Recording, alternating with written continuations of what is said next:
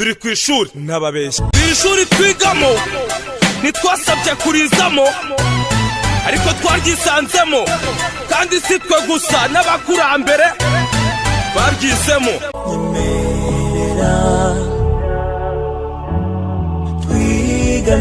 Imana dutumyeho abantu bacu, ibyo mwabakoreye murabizi. Avugaga abarimu, turi ku ishuri amasomo meza. Mu ishuri tugirana inama, turibukiranya, tubwirizanya udusubizanya bibi kandi twirinda kuvuga ibyo tudakora. Ikaze mu ishuri rya none. Mu ishuri rya none nyemera twigane ubundi ntangire nkubwira nti nawe ni umuntu nkawe, ntakeneye agaciro kawe gacagase kuko yarakaremanywe, ntakeneye icyubahiro cyawe cyuzuye icyuho kuko yagihawe n'uwamuhanze. Uko yaba ari kose ntukwiye kubimusuzugurira umukandamiza. Nawe ni umuntu nkawe. Kuba warahiriwe ugasanga inzira yaraharuwe cyangwa ukayiharurirwa bigakunda, ntibizagushuke ngo wikomange mu gatuza ngo wumve ko urenze bamwe byangiye. Yego ntibyamukundiye, ariko ni umuntu nkawe. Aho uri uyu munsi hahoze abandi, kandi n'ejo hazaba hari abandi. Ca bugufi, umuntu ni umuntu, kandi nta gaciro k'ibintu karuta k'umuntu. Umutungo ukomeye ni abantu. Nyemera twigane, unkundire tugendane. Niba ushoboye ariko udashobora gufasha abari munsi yawe, ntushobotse. Ntugaseke uwambaye inshabari udashobora kumwambika. Ntuzamuhagire hashonje kandi utamugaburira. Ntukababazwe. Erega nawe ni umuntu nkawe. Nyemera dukomeze twigane.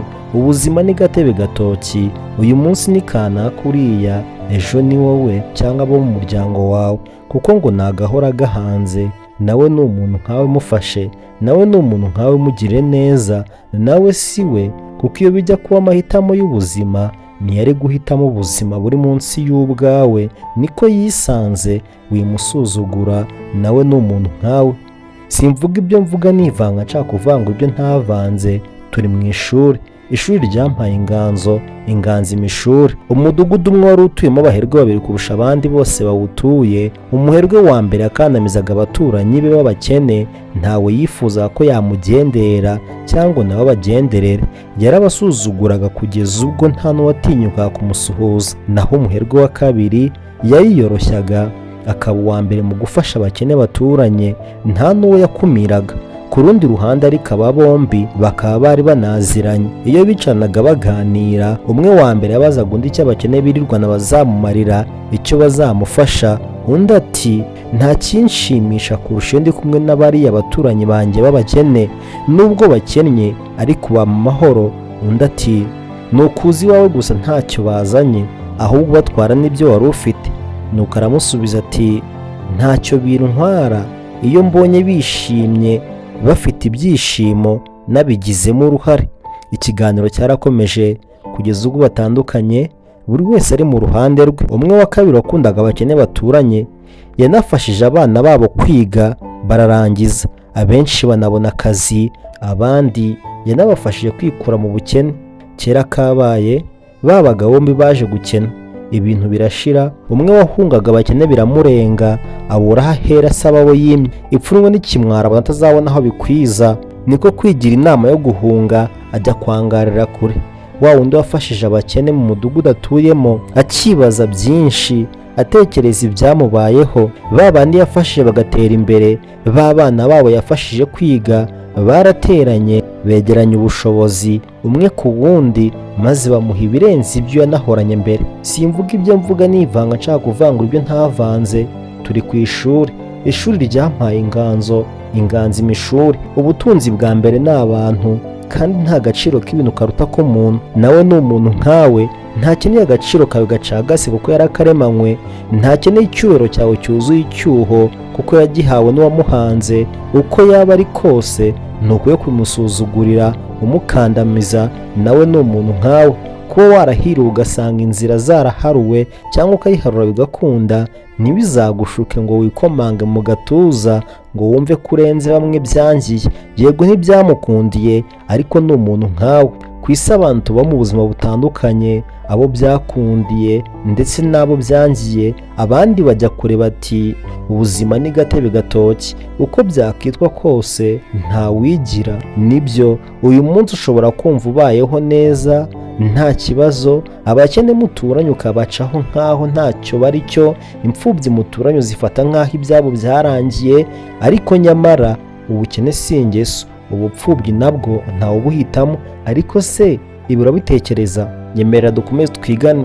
Ntawe uguteze iminsi, ariko uyu munsi niwe, ejo ni wowe, kandi niyo bitakugeraho bishobora kuzagera ku bawe. Ndacyakwibutsa ko isi ari gatebe gatoki. Ushobora kwibeshya ukikomanga mu gatuza ukumva ko urenze, ukumva ko wigize kandi wifite, ariko se buriya si ukureba hafi? Kuki udafungura amaso ngo urebe akari inyuma y'umusozi? Imboni y'amaso yawe igarukiraho. Nyemera dukomeze twigane, kandi iteka tujye twumva twumvire.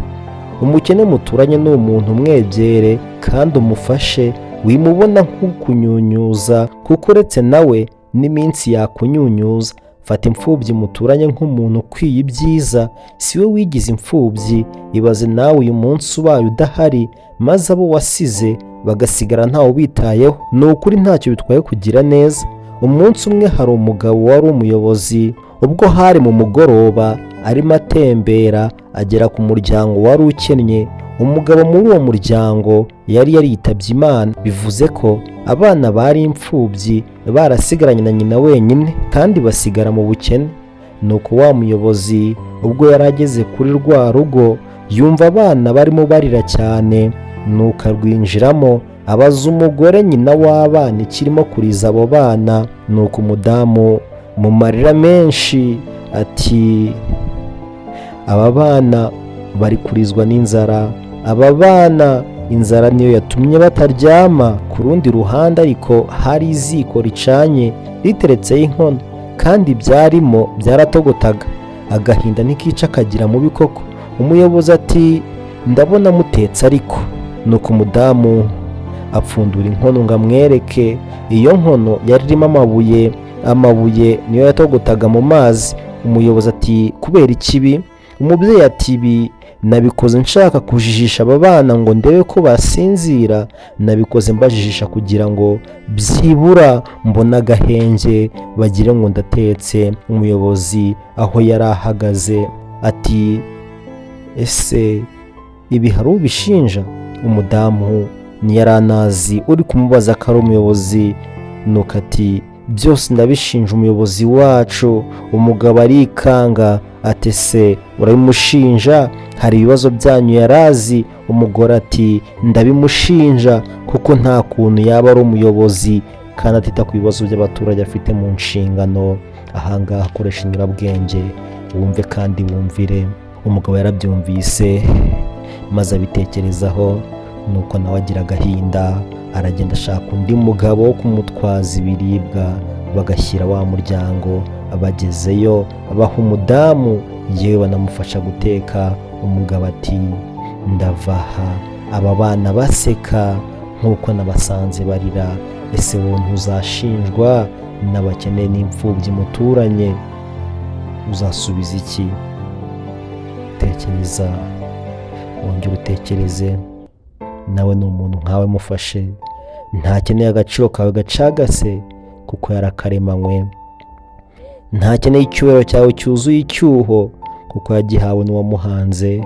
Uko yaba ari kose ntukwiye kumusuzugurira umukandamiza. Nawe ni umuntu nkawe, kuba warahiriwe ugasanga inzira zaraharuwe cyangwa ukayiharura bigakunda, ntibizagushuke ngo wikomange mu gatuza ngo wumve kurenza bamwe byangiye. Yego ntibyamukundiye, ariko ni umuntu nkawe. Aho uyu munsi hahoze abandi kandi n'ejo hazaba hari abandi. Ca bugufi, umuntu ni umuntu kandi nta gaciro k'ibintu karuta k'umuntu. Umutungo ukomeye ni abantu. Simvuga ibyo mvuga nivanga nshaka kuvangura ibyo ntavanze. Turi mu ishuri, ishuri ryampaye inganzo mu ishuri. Mu ishuri tugirana inama, turibukiranya, tubwirizanya inyigisho ko buzanye ibibi kandi twirinda kuvuga ibyo tudakora.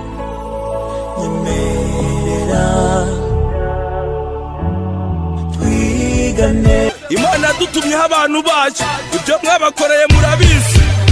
Avugaga abarimu, turi ku ishuri, amasomo meza.